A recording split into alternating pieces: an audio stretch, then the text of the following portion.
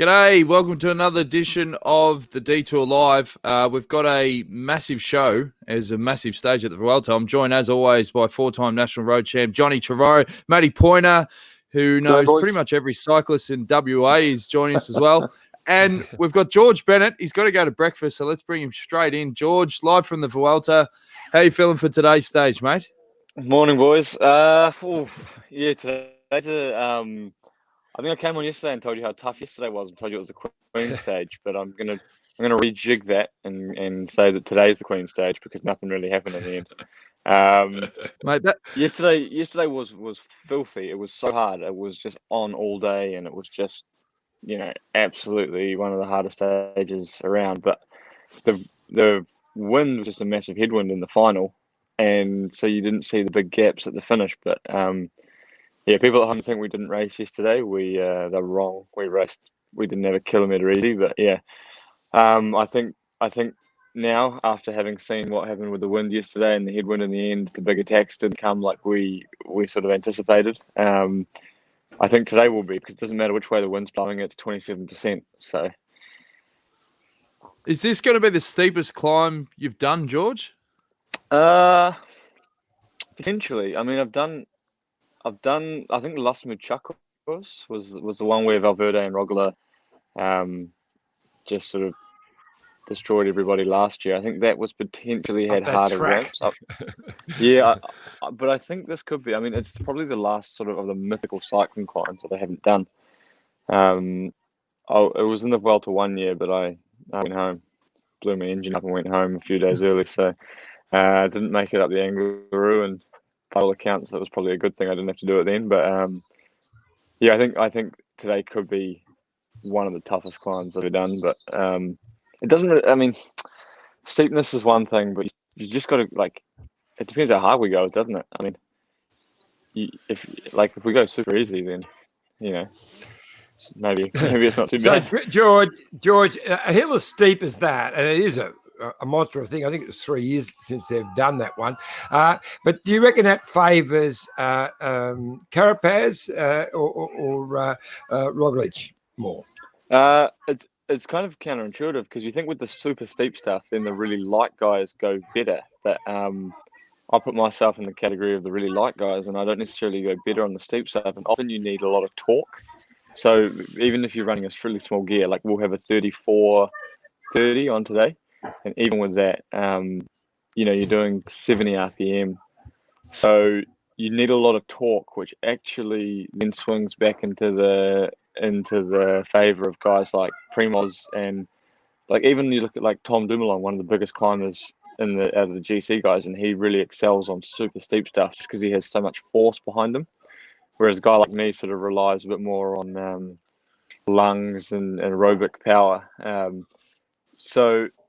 I mean, I think it's pretty easy. Here's a man going for a walk. So I think it's not George, necessarily one or the other.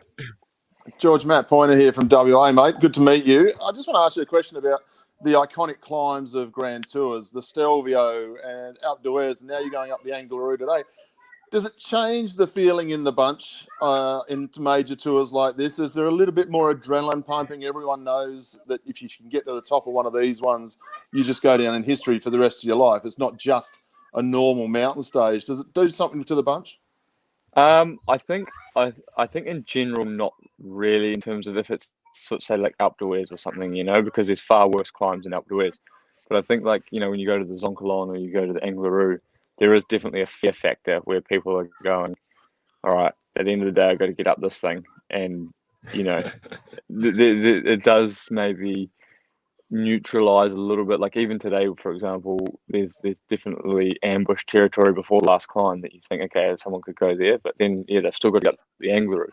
Where if it was just another climb, if it didn't have the same sort of fear factor, then maybe people would be more willing to roll the dice. George, we've got a comment. Horizontal, George. Jesus, memory like a fish. Yep. But I've tried that, and didn't work. But it's because my old rotation lock was on. You've got to, yeah, mate. We've got very high standards on this show for quality. I was just going to say 34-30. My mind boggles when you talk that. That's what the gears you're riding. Back in my day, there was no such thing. So but we what we have done, if they had have whacked a hill like that in when I was riding, we did do Stelvio and climbs like that, but not this.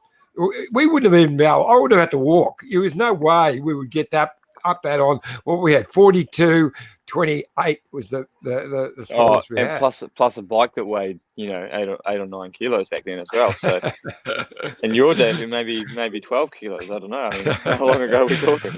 No, we had wooden rims in my day, George. So we're laughing, mate. But yeah, I think. I mean, I've even seen guys walk up it in the modern era.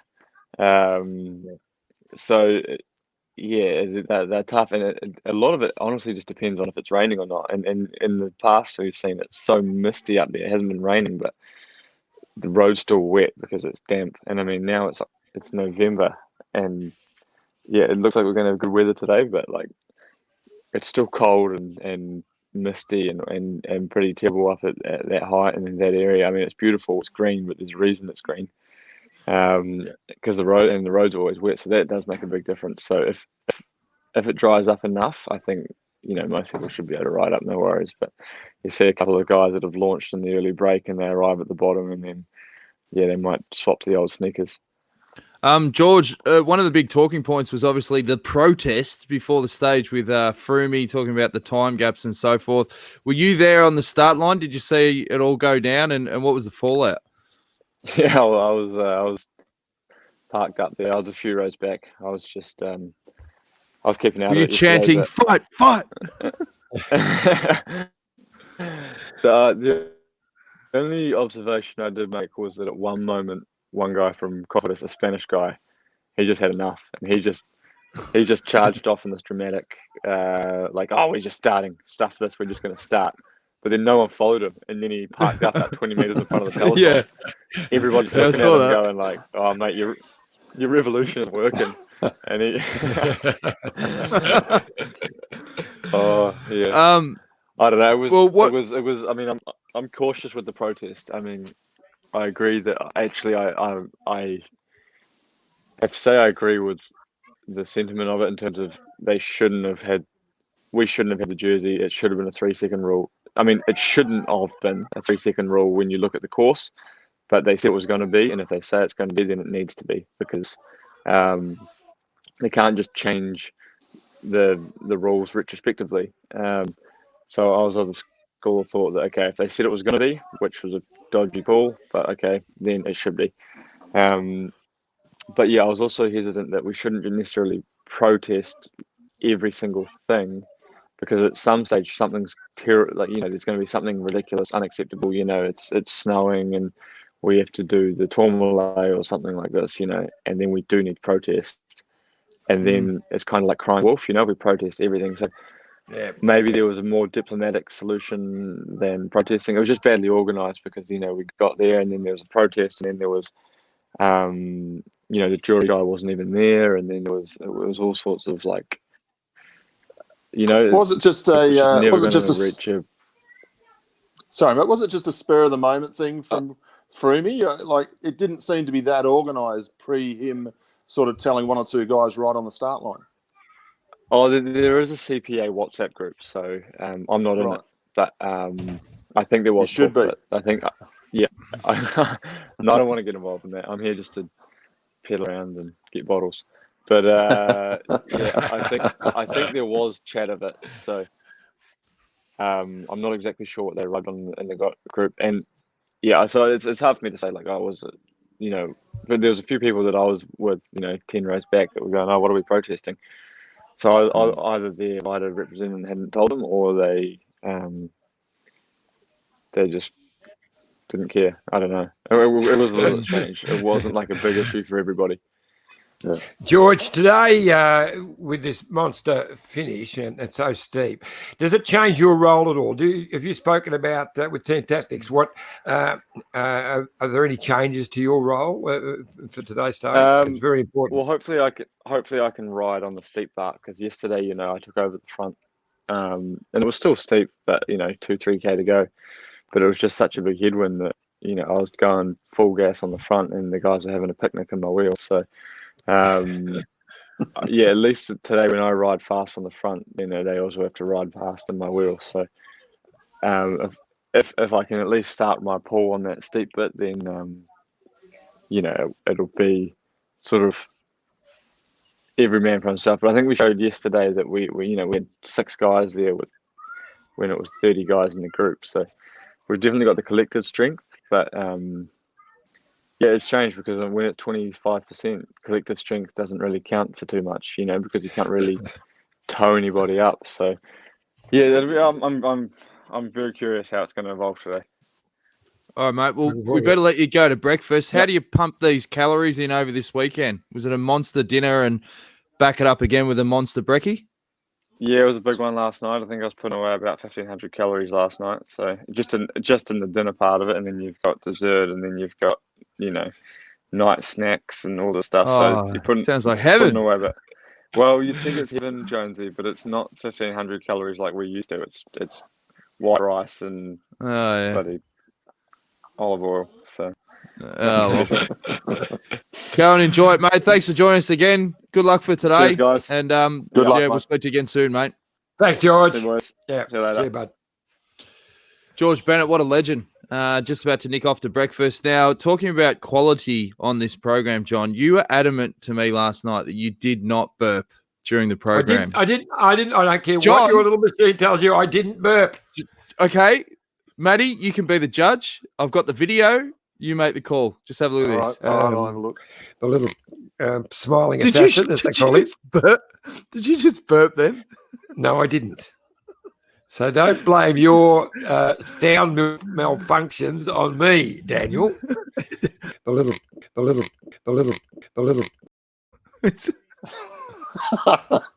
I didn't. Now that's a burp. Now that's a burp. That is a burp. Just when that was the limit, you just jumped over it. There was a sound malfunction right at that moment, and you've got it. But it wasn't me. So another thing, Matty, is if he's been wine tasting, he's in the Gambia and he's been wine tasting all day. So he's coming into this show hot. He'll be fine. He'll be fine. I tell you what, as George Bennett, he's got that sort of that dazed look about him, hasn't he? Just getting ready to go to breakfast, or he's just going through the motions. It's just how they get at this stage of the bike race, isn't it? I've got to get up and go to breakfast now. And what day are we on? He had that little bit of a look about him, so I hope he's got some good legs today, because he's a fantastic character of the bunch, isn't he? Yeah, for sure. We'll chat about the protest. Geraint Thomas put out some tweets, and he said, great to see the usual peloton sticking together at the Vuelta, well apart from the usual suspects. And he said, my point is, pro cycling is nothing without the riders, yet all the big decisions are made by suits, and we know we are the last to know. The main reason we have no say is because we don't ever stick together as a peloton. What are your takes? I'll start with you, Matty. Do you think it was a good idea, or listen to George before? You don't want to burn your matches on these protests too often. He made a very good point. You don't want to burn your matches on just everything. However, the rule before the start, this is what we're going to race with, boys. Everyone knew what the rule was, and then they have the stage. They don't even tell them 50K from the finish that they're going to change it because they've had a look at the course. They change it after the finish. That's sort of 1970s into club racing around Australia, where the wrong guy won. Oh no, your audio's cutting out, Matty. That's good that's good. Now you're we've got spot on, Matt. Yeah, but that's exactly right. And it's not just like it's a small thing. So even George, it was a benefit for George's team because his leader got into the red. But even he said, well, he disagreed with it. They shouldn't have changed the rules. But it's pretty important in a Grand Tour when it changes the leader's jersey to another rider. So it's not just a small thing; it's a pretty major thing. That's what Froomey said. He said we've changed the jersey now for yesterday because it changed the race. If we start and jump over the jersey, they need to control. If we start, we have the jersey, we need to control. So it changes the whole race. So imagine that if that had happened at certain times of the last week of the Giro. Yeah, it could have been, like the Giro was close enough as it was. So, and nothing is for certain this year, isn't it? We saw it in the Tour de France. Roglic was going to win. It all turned on its head. We saw it in the Giro. It all got turned on its head. Who's to say what's going to happen today? It's just a different year. Everyone's a bit different this year. We've got another special guest, guys. He's the DS for the Mitchelton-Scott team. He's kind enough to join us. Jules, how's it all going, mate? Julian Dean, sorry. Looking good. Looking forward. G'day, Julian. Hi, Julian. Good.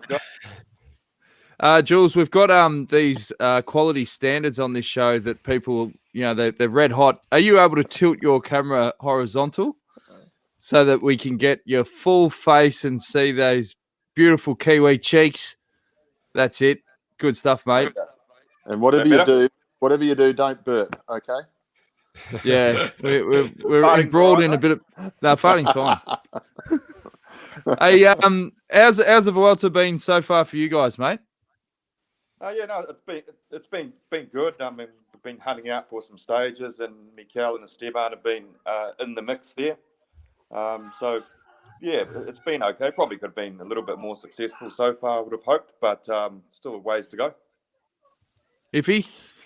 Yeah, so reports I get, as usual, Jules, you're cool, calm, and collected, doing a great job in front. So what happened to Esteban in that last pit yesterday? Like he punctured, had to do a big effort to get back, and then he blew his own doors off or something. And what actually happened?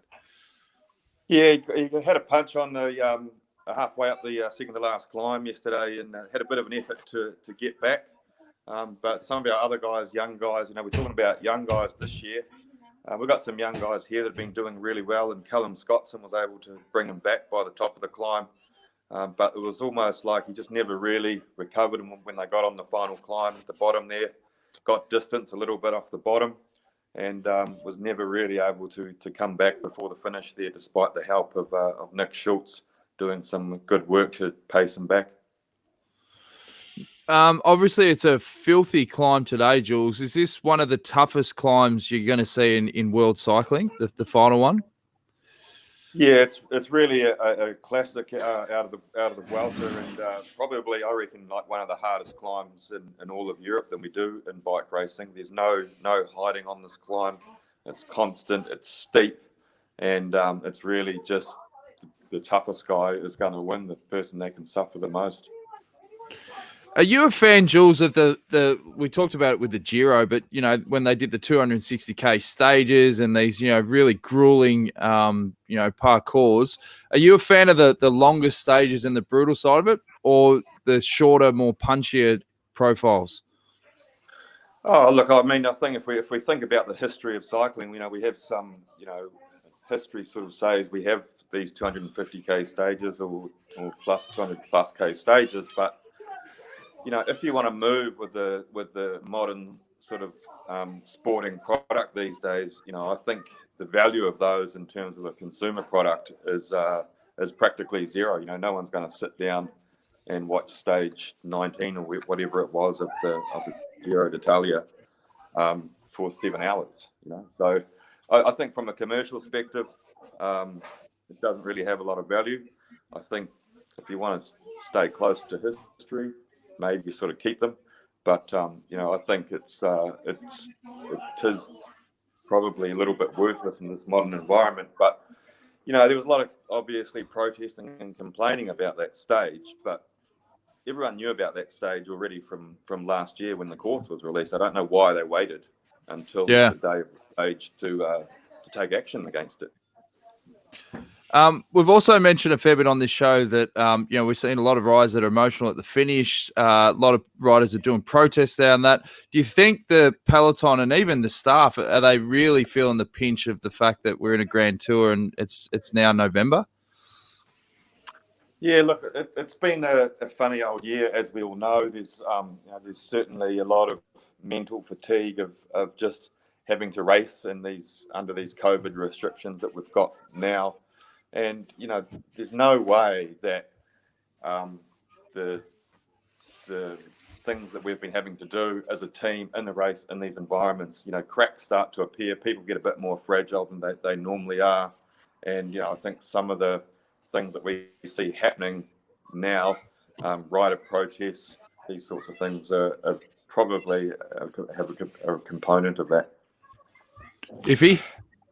Yeah, Jules, the other day we were talking about the incident when they rubbed Sam Bennett out, when Emil Liepens tried to jump in on the train, and Sam gave him a couple of good shoulder thumps, get him out of the way, and rubbed him out. I wanted to get your feedback on that, especially since we had Robbie McEwen on, and we were showing some of the really good bumps in the past, and the one where Mark Renshaw tried to give you a bit of a headbutt and got thrown off the bike race. So I just thought I wanted to get your version of what you thought of what happened the other day. Yeah, I mean, it certainly it looked pretty aggressive, like it was a big, I think a little tap or a little shoulder just to hold your position is what sprinting is about. But that one from Bennett looked pretty aggressive to me from the outside, just looking at the TV coverage. And the question about all these is what's the athlete's intention in pulling a move like that? Is it to hold his place on the back of that train? Is it to smash the guy out of the way, which is something completely different, and put him out of the race? And it's really and that's really what it comes down to. We will never know that from looking at the TV coverage. But I think commissaires, they have to take action in those sorts of situations. They have to respond, because it just doesn't really look that good for the sport or for any of the sponsors if they condone that sort of behaviour. And if they don't set a limit, who knows how far it'll end up going, and more guys will get hurt or end up crashing, as we have seen with Groenewegen this year. Yeah. And what are your memories of that day when Rendog got booted off, mate? I remember being at the buses. I was there with Fox Sports trying to get grabs, and I remember the Garmin boys were absolutely steaming. Yeah, look, it was really nothing to do with us at all. My personal opinion was it was a bit of an overreaction from the race commissaires. It wasn't that, it looked like it was really quite aggressive and intentional on TV, but it wasn't really. It was just sort of a tap with the head, And but I also understand the commissaires' position, like we were just talking about. It's the most Tour de France is the most highly televised sporting event annually in the world. There's millions of people around the world watching it, and they've got to be seen to be taking correct action and setting limits. And it's a hard thing to get right when you make those decisions. We were chatting with Matt White yesterday, and it was about, what are the sort of initial plans going into next year with sort of the GC focus, seeing all the guys that have been up at the pointy end of GC, some new contenders. What are your thoughts next year? I mean, you've obviously got Simon Yates. You were there as the DS when he won the Vuelta 2 years ago. Is it a matter of just really working out, can we potentially win these races? And if not, we go for stages. Yeah, I think, when you've got guys like we've got here with Steban, who have won or podiumed in Grand Tours before, a guy like Mikel Nevi, who's also been top 10 multiple times in Grand Tours, Simon, who's won Grand Tours before. You've got to back these guys in, and Simon will win another Grand Tour in his cycling career. But it's just about a matter of getting all the elements in place and do everything sorted and having a little bit of luck along the way. You have to still back these guys. Yeah, we've seen, it's been a funny old year. We've seen the first two Grand Tours being won by young guys early in their career. But I don't think that it necessarily means that we're going to see the demise of the older, more established riders winning Grand Tours in the future. Matty? I got an off centre question for you there, Julian. Did you watch the game yesterday? The All Blacks. No, but I didn't see the score. Yeah, I bet you did. Mate. Just on the giving me some hope after that first, when it was a draw on the first test there. I was like, oh, it's a good series, but no, it wasn't, was it? You know what it is? We've never recovered since we had to withdraw Qantas money. We're just it's a write-off. We haven't recovered since John Eales retired, let's be honest. Just getting on to what the commissaires are doing with the sport. Like, it's across track cycling and it's across national level cycling and so forth. We've talked about this before over the years about getting sprinters involved in the disputes when it comes to sprint finishes and so forth, like former sprinters. What sort of weight does that really carry, do you think, moving forward when decisions are getting made? Like, we all saw what Bennett did, and he definitely loaded up with the headbutt. There's no two ways about it. Some people will argue that it was too far from the finish to really matter, but there does have to be a point where that sort of riding will cause a bad accident, as we saw with Groenewegen and those sorts of. We don't want those sorts of accidents. Is there a place to have specifically a sprinters panel for this situation and have guys who have raced in the last 10 years be a part of that panel, do you think? Yeah, I mean, that could possibly be a solution or a way of I guess controlling these situations a little bit more. But I sort of really think that there should be some discussion with the riders after the race as well. Just ask them some hard questions, figure out their intentions, and hold them. We do hold them accountable by relegating them or whatever.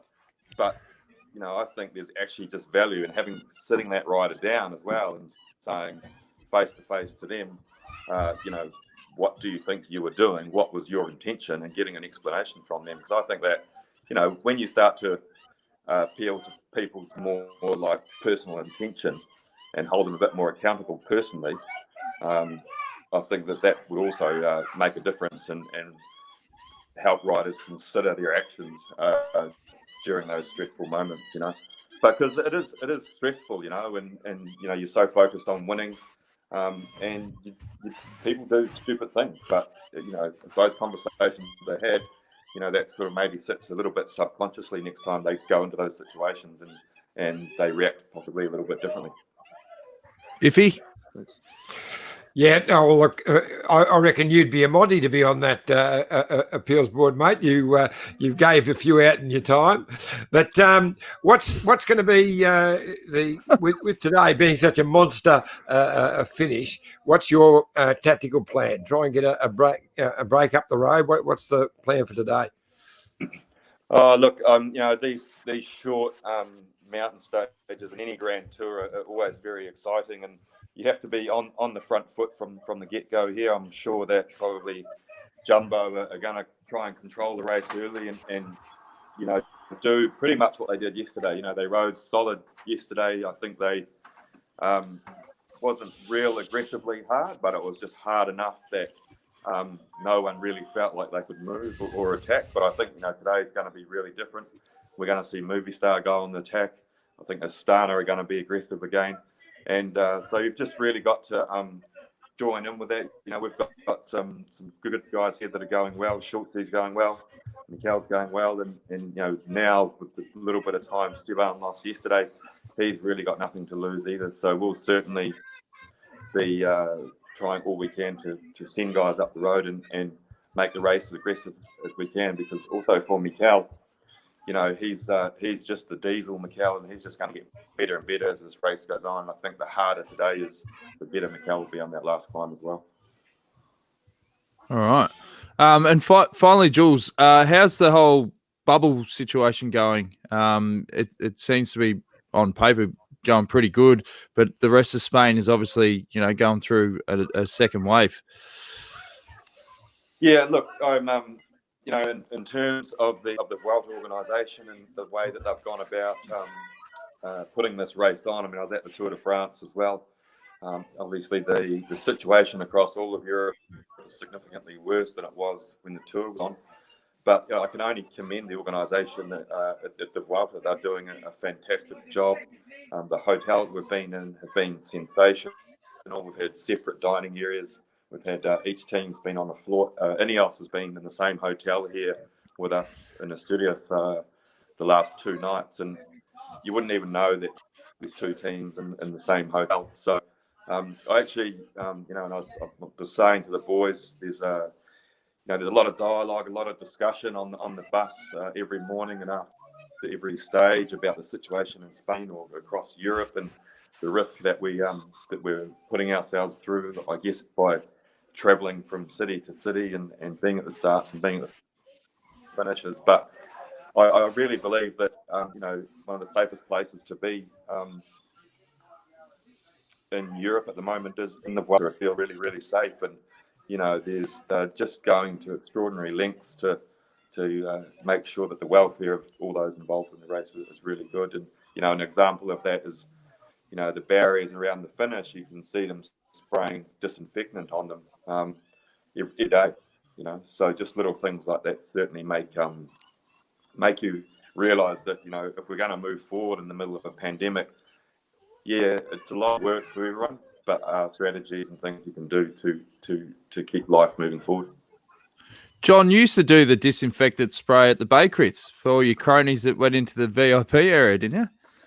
Yeah, but for a lot of different reasons, but we won't go into that. Good stuff. Hey, Jules, before I let you go as well, what's the food been like? I used to love asking Whitey these questions. You're getting a lot of paellas, a lot of local delicacies. Sorry, I just missed that question. I said, what's the food been like at the Vuelta? You're getting a lot of local delicacies, a lot of paellas, those Basque cakes. I mean, one of the great things about doing the Vuelta is that there's such a diverse amount of cuisine as you're travelling around Europe. We've been up in Asturias here the last couple of nights, so been some with the local riders, which is always a bit of a treat. And then after today's stage up Angliru, we're heading across to Galicia, which is famous for all its seafood. I think you might remember, Jones, when we were in 2012. Yeah, Steve-O showed us those pippies. Yeah. The delicacy. They just scraped them off the wharf. So that'll be there must be a bit of a delay. Oh, that's good. Oh, well, thanks for joining us, Jules. All the best for the stage today. Really looking forward to the final climb, and hopefully Chavez and Nieve are bopping around the point again, mate. So all the best. Good. Thanks, Jules. Thanks, mate. See you, mate. Sorry, mate. See you guys. See you, mate. Julian Dean. Bit of a delay there in the end. Sorry about the technical difficulties, but we got the guts of it. He's a good man, Jules. And you were saying before, if he is one of the most intellectual guys and the smartest guys I've met in my time in cycling, not just for his race smarts, but his people smarts. Like, he can really read human emotion. And when they won the Vuelta 2 years ago with Simon Yates, he was so instrumental in that because he took the pressure out of it, took the pressure out of the race. And there was no expectation. Every day it was just like, I wasn't there, but what I was getting fed from the guys that were was he just kept them so focused on it's just day by day. Don't stress. We don't have to do the work. You know, sometimes you can get in a race and the DS will, want to put the guys on the front because we got the jersey and all this sort of stuff. Yeah. They literally create pressure. Yeah. Yeah. 100%. Now, John. Oh, sorry. Yes, well, I thought we'd just have a little talk about last night's stage, which was a ripper stage. I mean, it was called the Queen Stage, and everyone was saying it was going to be the race that turned this Vuelta around. Didn't turn out that way, as far as the GC was concerned. But the break went, on the second climb, went fairly early. So they had a Cat 3 just after the start, and then 4 Cat 1. So it was a monster day. It was like you looked at the map. It was a jigsaw, but. The break never got that far. They only had 2 minutes, I think 3 minutes max. And even though they were chasing, those riders managed to stay clear. And I was really impressed with young Michael Storer, the young Sydney boy, riding for Sunderland. Sorry, John. I just have to correct you there. He's from WA. Oh, you're kidding me. Sorry, you're kidding me. Sorry to just keep. Oh, no. Right. We have the most impeccable research on the detour, Matty, as you're well aware. well, he was in Sydney for quite a while as a youngster. I think he might have stopped off there on a plane ride once, but he did a great ride, didn't he? Like he was third place on the stage. He was in the break all day. Like you say, that breakaway, they never really let it go, did they? They really sort of let it almost dangled the carrot out there all day until right near the end, and then it started to take some time. Yeah, and we saw Soler just doing his usual aggressive riding, but they had his measure yesterday because Soler, I thought, for a while there was going to be the guy who tore them to bits, and it wasn't to be. Yeah, although he was really looking for GC as well. So whereas young Gardou was the one who rolled him in the finish. But Michael Storer was brilliant. He rode a couple of Sun Tours, but this is he's only 24. Was he 23? And he's 23, and this is his third Vuelta. So he's an impressive young lad. And they're coming out of a. They got that little. There's a really great little bunch at the moment. Okay, yes, my feeling towards WA kids. You've got Storer, Hindley, Robbie Power, Durbo, who's showing them the way, and of course before that we had Hank and others. But then you've got Jack Haig and the Schultz boys and the Scottsons and we get it, mate. We get it. You're bloody good. There's so many good boys in this town in Australia who. They're not knocking on the door to be super domestics. They're knocking on the door to be tour winners and one-day classic rider winners. Like, I really look forward to seeing what the Scotson boys can do, the South Australians can do over this next couple of years, because so much power, so much strength from those two lads. Australian cycling is just in such a good spot. And, of course, I'm remiss of not mentioning Caleb and Caden Groves as well. We've got so many boys out there who are just they've dropped in at the top level, and they're just special. There's no two ways about it. Yeah, no, spot on. Sorry, Matty, I was reading these comments. I thought you were bragging about all the guys that just come from WA. So when I said, I get it, mate, you're bloody good, I wasn't paying attention. Sorry about No, that. you're right, mate. No, I get it. No, you got to pull me up on the WA comments, mate. I get it. No, it's fine. Hey, we got breaking news. Gary Tilley just received an email. Cadell race is off for 2021. And Sam has just said, breaking news, TDU is cancelled, gents. Now, we sort of thought that was coming, but now it's official. This presents, obviously, it's disappointing, but, John, it presents an opportunity for NRS and the local guys to really showcase their talents if there is particularly an alternative for the TDU. Yes, well, I don't know that actually has been announced as yet. Gary's got, but it's been the whisper around, and so what I hear that South Australia is still going to have this amazing festival of cycling. So it's going to be racing at the top level, but not the World Tour teams, but some of the top Aussie riders from World Tour teams could very well be riding, is the story I hear. With the elite from Australia, from the NRS, and that. So, but no. Hey, John, what is going on in the background there? Can you just call a bit of order? No, not possible, mate. We've been to Mitchelton Winery all afternoon for Dino's 40th birthday, and so they're all at the back carrying on like clowns. There's no way I'll be able to fix anything out there.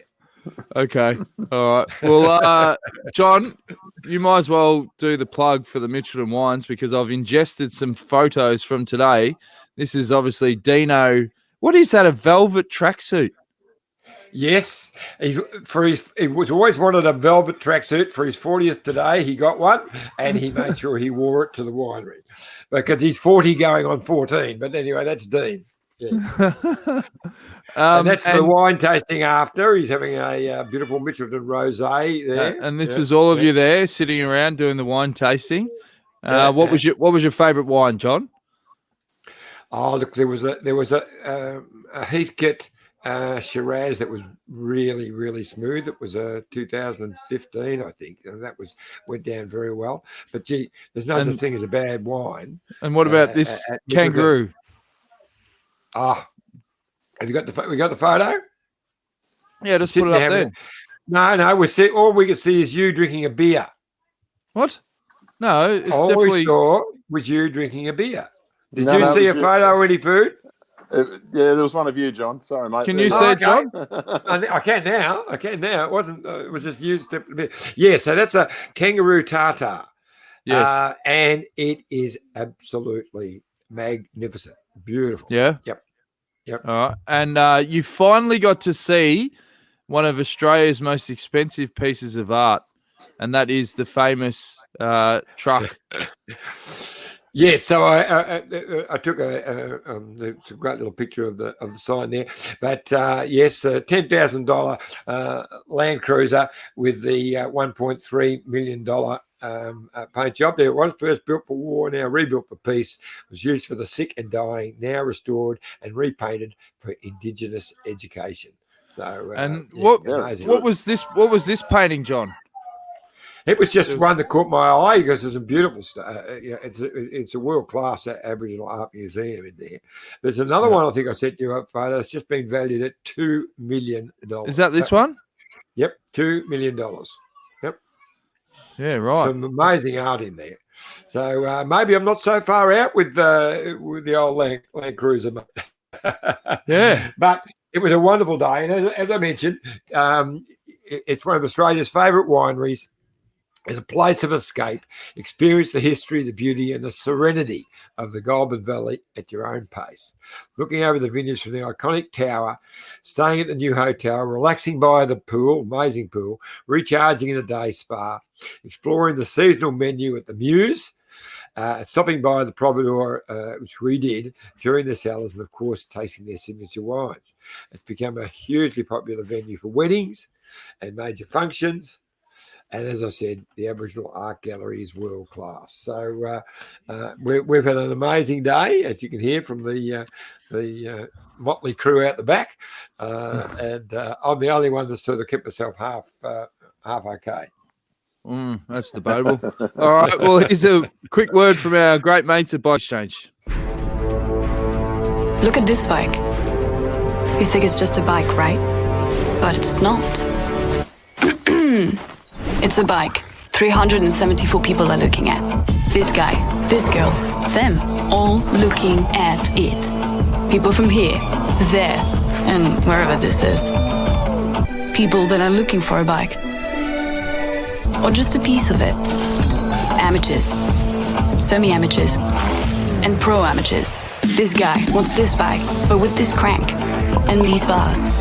This could be the perfect match. But not this one. This girl has a bike to sell, and thousands of people might purchase it.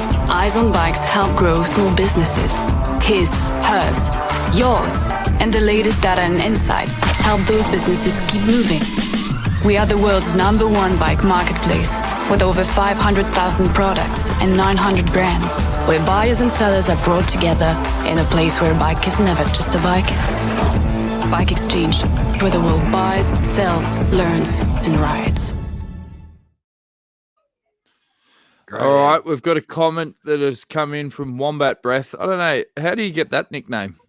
Don't want to know. Anyway, it is with regret we announced that Santos Tour Down Under will not go ahead in 2021. A smaller domestic cycling festival to take its place in January 2021. So that side of things is official, Johnny.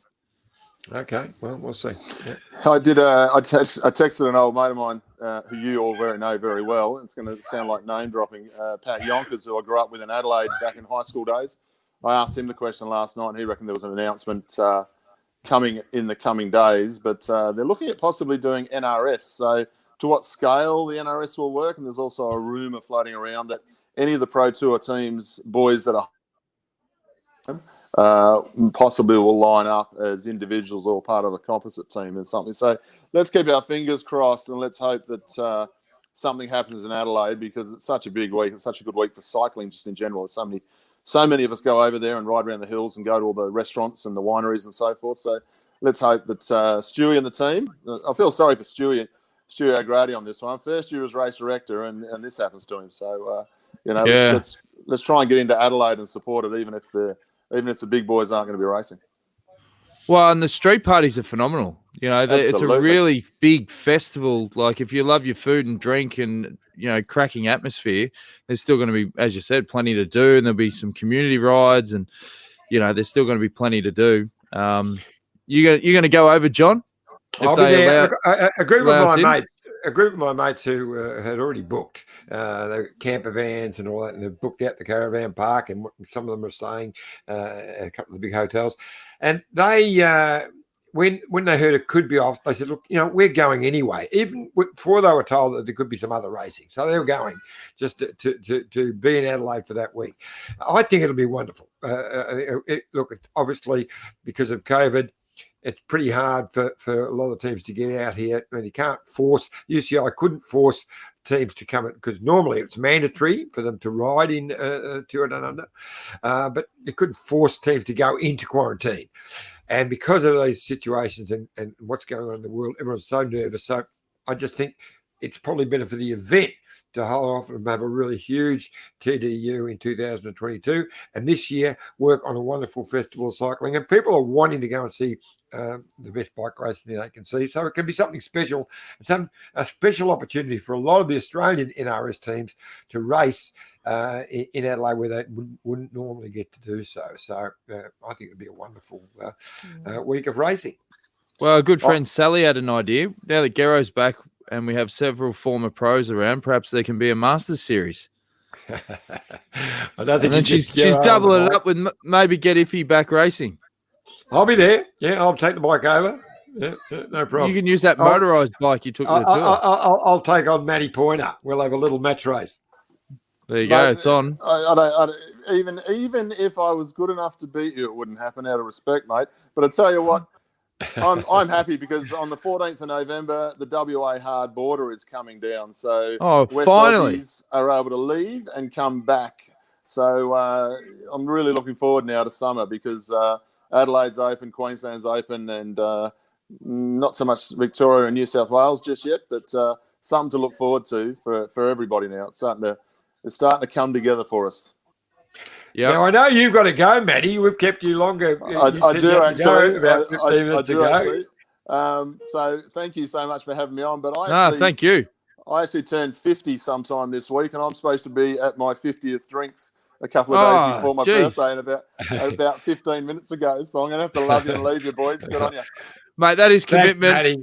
Good on you, Matty. You're a legend, mate. Cheers, boys. We'll speak to you soon. Go on, buddy. Bye. Bye. Now, if you're another talking point, is today the first day for the new Oz cycling? Yes. What's the go with all of that? Yeah, look, they've just put the notification out today. And so, look, there's been a lot of battles going on with cycling, but now it's a unification of all the facets of cycling. So BMX, mountain bike, racing, and coming under one umbrella, and the states working together, where it was sort of a bit like our federal parliament and the states having blowing with them, which used to be the case.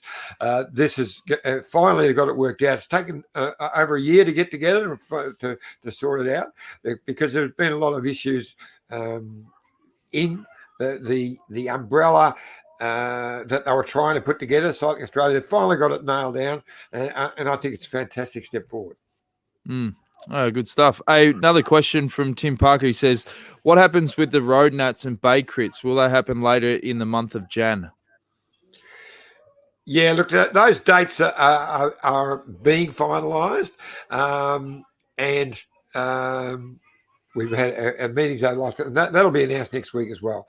But you can see them all happening after the Tour Down Under dates. You know, the new event that's going to happen in South Australia. So those dates will be finalised. We're actually finalising them right now. So that will be announced next week. And what about the Sun Tour? We moved that to its traditional spot in October? No, Sun Tour was already postponed, so no Sun Tour in 2021. It'll be come back into the summer calendar of 2022. Bigger and better, John. Exactly. Okay. Anything you want to add before we let you get back to the Motley Crew and polish off all your samples? No, it's been a great little program. I'm looking forward to tonight's stage. It's going to be a ripper. It is a monster of a climb. You know, when you talk at 27%, I mean, we talk 14 and 15%, and that's a monster climb. But look at that. Just look at it. It's filthy. It's filthy. You've got to be careful you don't flip the bike backwards. That's how steep you're getting there. Well, as Alan Davis said, his car shit itself up that climb, blew the clutch out. I think he put it much nicer than that, but yes, it did. It didn't make it. You're right. Yeah. Sorry, mate. It's a family show. All right. Who's your prediction for the stage? Roglic? Gee, you know what? I just reckon it could be. I reckon Carapaz will be slightly better on the really steep parts of this, so I'm going to go for Carapaz. Carapaz $4, Roglic $2.37. Oh, geez.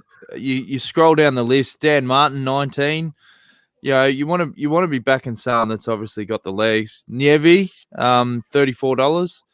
Valverde 26. Yeah, it's probably going to be between the hitters. Vlasov is $5.50. I'm going to stick with Roglic, mate. I think he's going to be too good. But the only thing, when we saw, hang on. When we saw him at the Tour, remember on that filthy stage, it was a little bit too sharp for him. So maybe Carapaz, that might be the bet. All right, I'll jump in with you, Carapaz. Okay. All right. Thanks for tuning in. Make sure you subscribe on YouTube. We'll see you again tomorrow at 7:30. We may have a special guest. We'll put the feelers out.